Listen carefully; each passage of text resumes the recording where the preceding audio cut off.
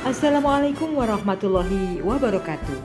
Sosialisasi Modul 1 Pendidikan Calon Guru Penggerak Angkatan 4. Tugas aksi nyata 1.4. Salam Merdeka Belajar, Guru Bergerak Indonesia Maju.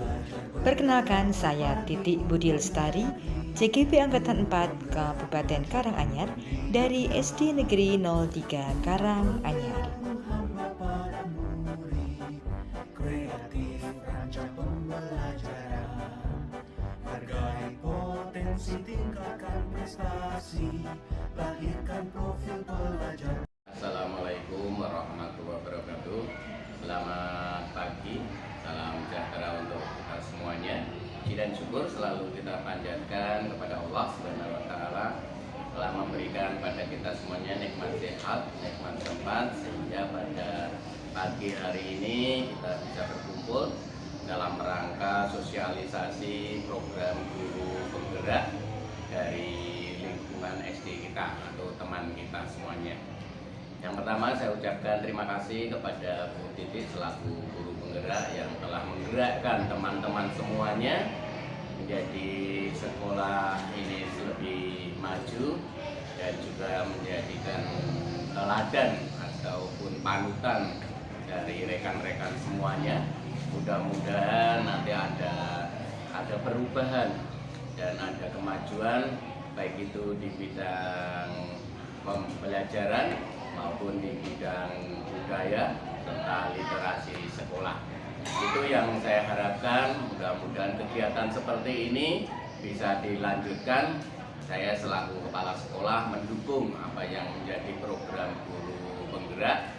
Mudah-mudahan bermanfaat bagi kita semuanya, khususnya bagi teman-teman guru di SD Negeri 3 Karanganyar, secara umum kepada rekan-rekan guru di Kecamatan Karanganyar, juga kepada anak-anak semuanya dalam rangka meraih cita-cita yang diharapkan. Terima kasih. Wassalamualaikum warahmatullahi wabarakatuh. Paparan materi sosialisasi Modul 1 Pendidikan Calon Guru Penggerak. Assalamualaikum warahmatullahi wabarakatuh. Iya, luar biasa pada siang hari ini, walaupun cuaca sudah mulai panas tapi tetap semangat tentunya. Bapak Ibu yang kami hormati, khususnya Bapak Kepala Sekolah, Bapak Mardian Loko Sarjana Pendidikan yang telah berkenan memberikan kesempatan dan dukungan pada kami dan juga seluruh guru SD 3 Karanganyar untuk terus berkarya tentunya. Dan terima kasih kepada teman-teman atas atensinya, atas perhatiannya dan juga kesemangatan untuk kita bersama maju. Ya. Terima kasih. Kami akan menyampaikan atau sharing tentang sosialisasi modul 1 dari pendidikan calon guru penggerak. Akan saya awali dengan sebuah pantun. Beli bakso di taman kota, pakai sambal pedas terasa. Ayo kawan terus berkarya untuk Karanganyar 3 tercinta. Ya, mari kita bisa bersama-sama tentunya. Ya. Dalam modul 1 utamanya tentang refleksi Ki Hajar Dewantoro, Bapak Pendidikan Indonesia. Salah satu dasarnya adalah bahwa guru itu diibaratkan sebagai petani. Ketika guru itu menanam biji-bijian, seandainya kita garap dengan sungguh-sungguh, pasti hasilnya juga akan maksimal. Dan juga sekolah itu seperti taman, ya, seperti taman. Bu Retno, kalau ke taman apa kesannya, Bu Retno? Indah, Bu. Indah, ya, bunga-bunga kesan gitu ya. Kalau Pak Aku ke taman pernah nggak Pak Aku? Jajan. Oh, jajan.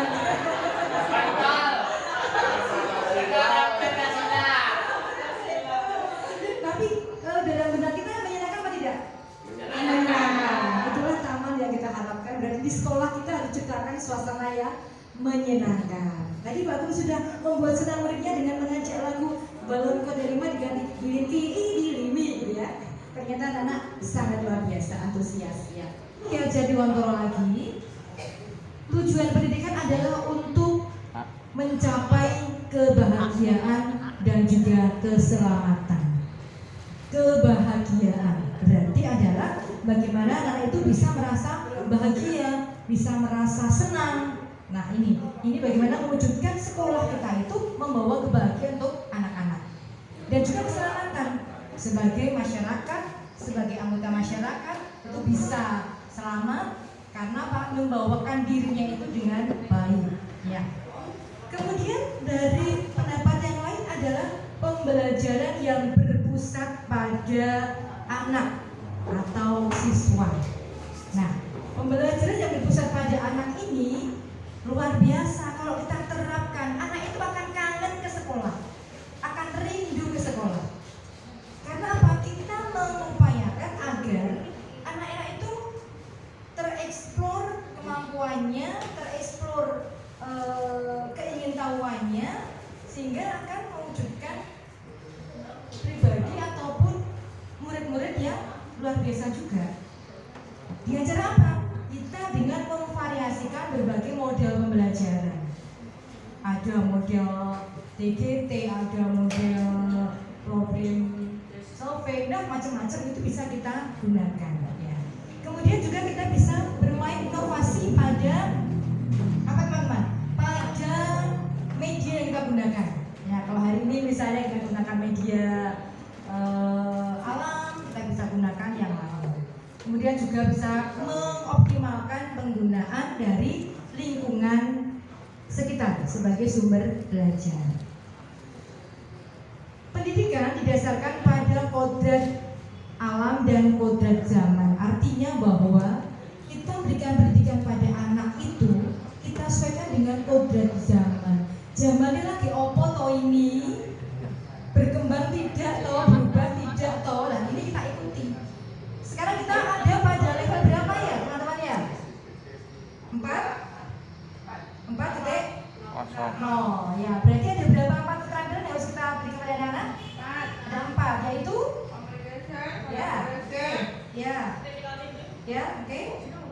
Communication, ya, berkolaborasi, berkomunikasi, nah itulah yang harus kita kembangkan saat ini. Itu adalah kodrat zaman.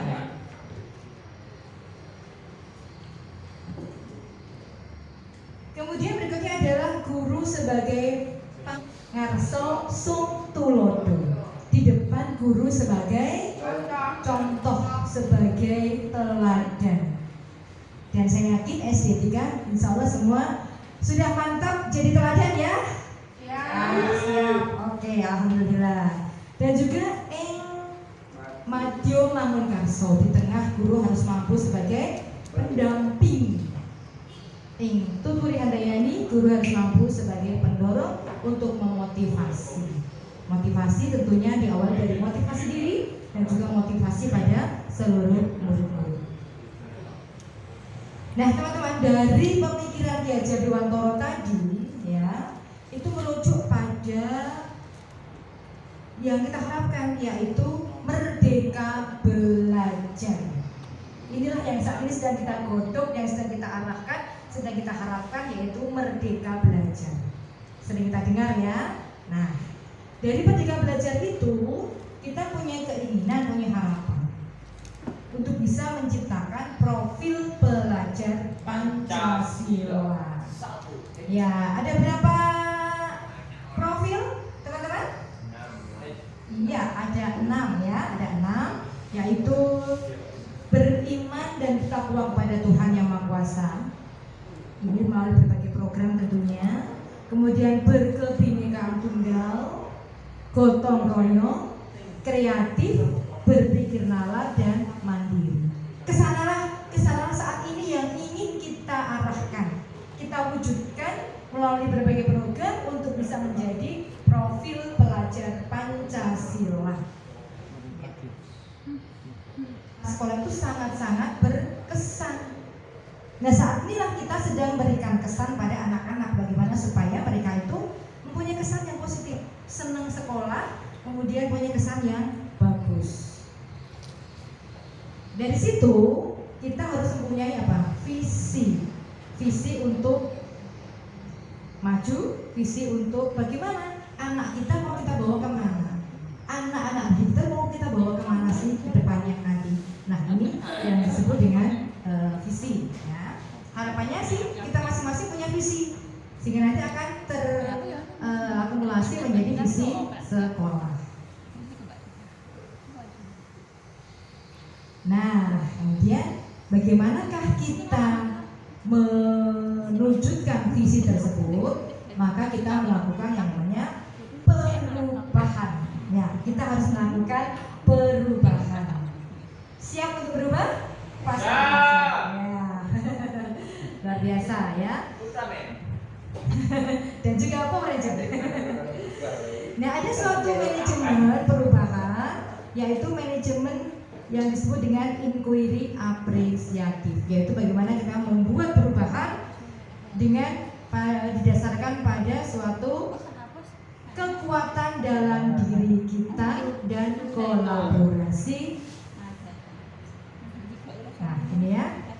Nah inilah kekuatan kita. Nah teman, kita ulang lagi, remas lagi. Inilah kekuatan kita, harus kita pahami betul bagaimana kita mempunyai sesuatu yang luar biasa ya. Kita memiliki murid yang wow banyak. Nah ini adalah sesuatu yang tidak setiap sekolah punya kekuatan ini ya. Ini harus kita pahami betul. Kemudian kita punya kepala sekolah yang luar biasa ya, yang mempunyai motivasi kuat untuk maju. Nah ini sebagai contoh ataupun menguatkan diri kita. Kemudian kita juga mempunyai pengawas yang hebat, smart and killer nggak ya? Kemudian juga ini untuk motivasi kita ya, memberikan masukan dan juga bimbingan. Kemudian kita punya tim yang bisa diakui bahwa tim kita sangat-sangat kuat. Mudah-mudahan ini terus dan terus, semakin hari semakin kuat ikatannya dan semakin kompak selalu untuk bisa maju bersama. Kemudian kita juga memiliki gedung sekolah prasarana yang sudah luar biasa juga. Gedungnya sudah tingkat di pinggir jalan, akses kemana-mana mudah. Ketika semuanya mungkin harus menuju ke kota, harus melewati berbagai macam transit atau mungkin lama. Nah, kita keluar gerbang sudah jalan raya. Kemudian akses ke pasar dekat, akses ke kantor-kantor dekat, kemana-mana kita dekat. Ini merupakan lingkungan sosial yang bisa kita manfaatkan untuk pengembangan sekolah, misalnya dengan mengadakan kegiatan outing kelas ke lembaga-lembaga yang lain, nah, seperti itu. Ya. Mari kita sadari bersama kekuatan kita, dan dari sana kita akan maju bersama. Ya. Dari filosofi Kihajar Dewantara tadi, kita merujuk pada budaya ataupun budaya pekerjaan kita membentuk budaya positif di sekolah. Kalau kita berbicara tentang budaya positif, itu pasti terkait dengan lingkungan yang harus kondusif, menyenangkan, anak-anaknya gembira, anak-anaknya terpacu untuk bisa mandiri, bebas seperti itu. Nah itu terkait juga dengan disiplin. Jadi kalau kita berbicara budaya positif, pasti terkait dengan disiplin. Dan disiplin ini terkait dengan bagaimana kita mengontrol siswa. Nah, apakah kita sudah mengontrol siswa? Itu kadang-kadang kita terjebak pada hal-hal yang sebenarnya tidak, atau kita sebut ilusi. Sepertinya kita bisa mengontrol, padahal sebetulnya tidak. Itu disebut dengan ilusi. Ada beberapa ilusi tentang kontrol. Ilusi bahwa guru dapat mengontrol siswa itu salah atau tidak ya? Bahwa kita dapat mengontrol siswa. Wah, Pak Aris itu dapat mengontrol Rifa, wah seperti itu misalnya. Itu tidak. Loh kenapa kok muridnya manut? Itu karena memang muridnya sedang ingin ikut pendapat kita. Tapi saat murid itu tidak ingin mengikuti pendapat kita, juga tidak akan dapat terwujud. Itu dari ilusi bahwa kita dapat mengontrol siswa, dan ilusi. Kemudian ilusi lagi bahwa semua penguatan positif adalah efektif dan bermanfaat. ini juga hanya ilusi yang tidak nyata, bahwa penguatan positif, setiap kita memberikan penguatan positif, ayo motivasi, dukungan itu hanya tidak efektif untuk atau kurang bermanfaat. Dan resolusi bahwa kritik dan membuat merasa bersalah dapat menguatkan karakter, ini juga ilusi, tidak real. Kemudian orang dewasa mempunyai hak untuk memaksa.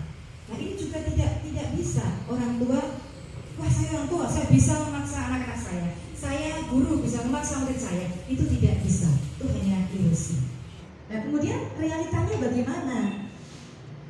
Coba misalnya Pak Agung menggenggam sesuatu, itu adalah tidak usah sesuatu, kosong saja. Seandainya sesuatu adalah sangat-sangat penting bagi Pak Agung dan akan direbut oleh Pak Dito. Ya, Pak Dito berusaha untuk melepas genggaman Pak Agung itu. Silakan Pak Agung menggenggam kurang lebih setengah menit. Silakan dibuka genggaman itu. Sebentar ya, belum dihitung. Apakah bisa Pak Agung mempertahankan apa yang menjadi keinginannya? Karena itu sangat berat Pak Agung, luar biasa genggamannya. Dan Pak Dito ingin mengubah atau ingin mengambil itu. Silakan. Kira-kira bisa tidak? Berbagai cara? Iya. Bisa. Bisa Pak? Bisa Pak? Tidak bisa. Iya.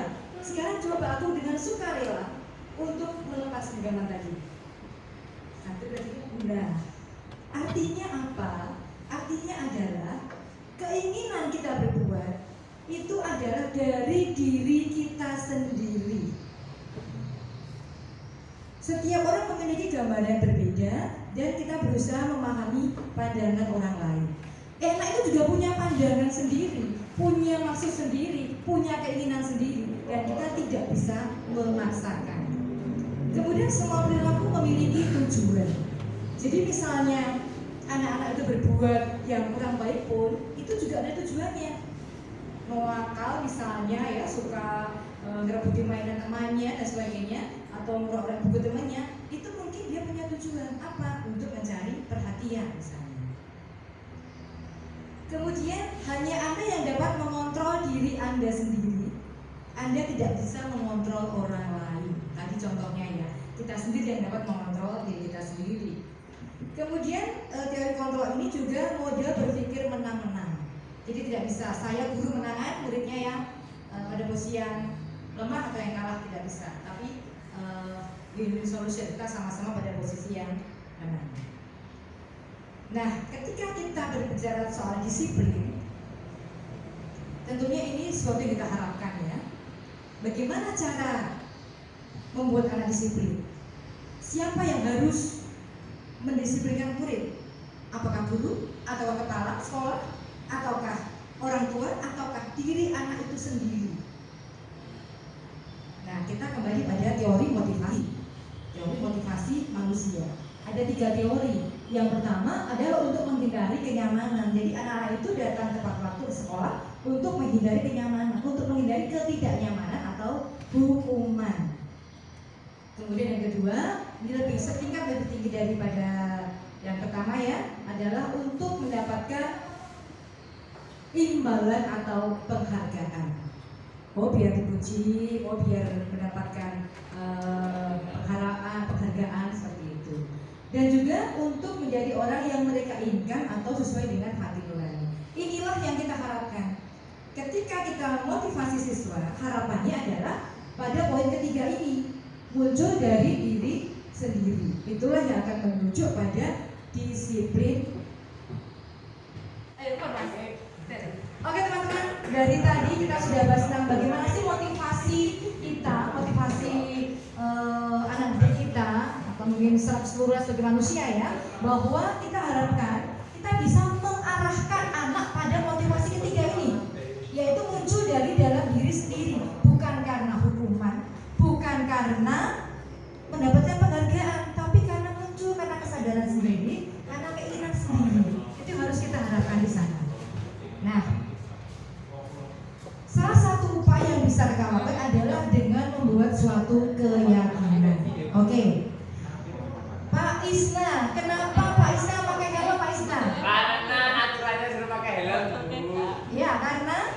aturannya suruh pakai Aturannya pakai helm. Biar aman Bu Guru. Biar selamat, aman, Bu Guru. biar selamat. Oke, biar selamat. Kenapa kok harus memakai masker?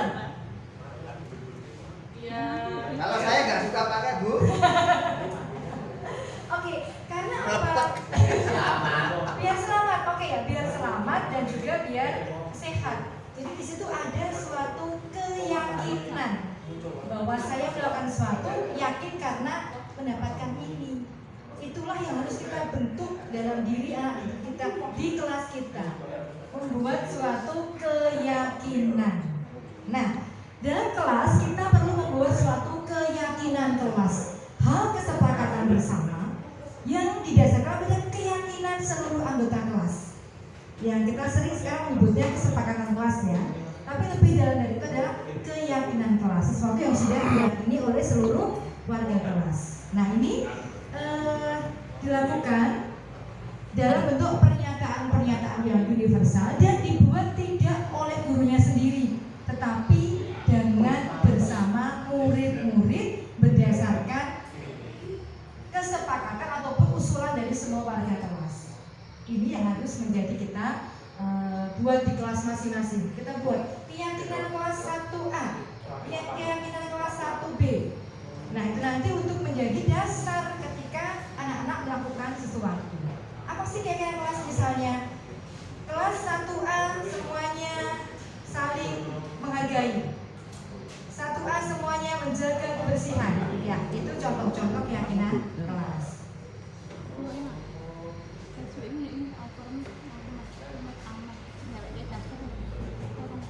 Nah, ada beberapa kebutuhan manusia, yaitu kebutuhan bertahan hidup, kebutuhan cinta kasih sayang, kebutuhan penguasaan, kebutuhan kebebasan, dan kebutuhan kesenangan.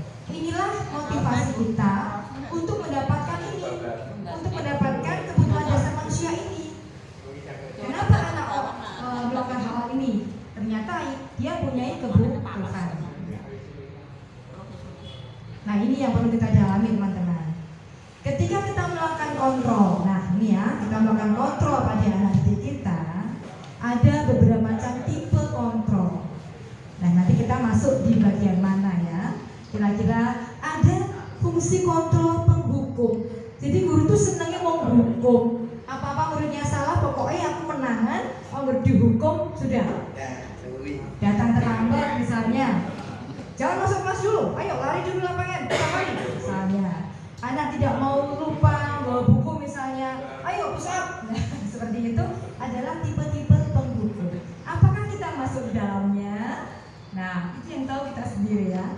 Kemudian tipe yang kedua adalah sebagai pembuat orang merasa bersalah. Ini kita seperti buat kalimat yang halus, tapi dari halus itu anak merasa bersalah. Sebetulnya kamu tahu tidak sih kalau seperti ini Bu Guru sedih loh deh, sudah dibilang berkali-kali nggak menurut, sedih Bu Guru itu membuat orang merasa bersalah. Kemudian teman, nah ini kita seperti kita ngobrol, kenapa terlambat? Kita seperti berkomunikasi seperti kita ngobrol kepada anak kita.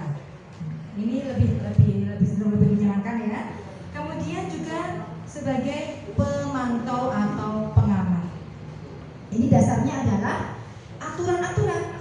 Loh, kamu tidak sesuai dengan aturan ini, kamu tidak sesuai dengan ketetapan ini. Nah, itu adalah fungsi pengontrol. Dan yang terakhir yang harus kita harapkan kita ke bawah sana adalah fungsi manajer. Guru memperlakukan murid, mempertanggungjawabkan perilakunya dengan cara murid itu menemukan sendiri, diajak menemukan sendiri kesalahannya. Kemudian ditawarkan bagaimana cara menyelesaikannya.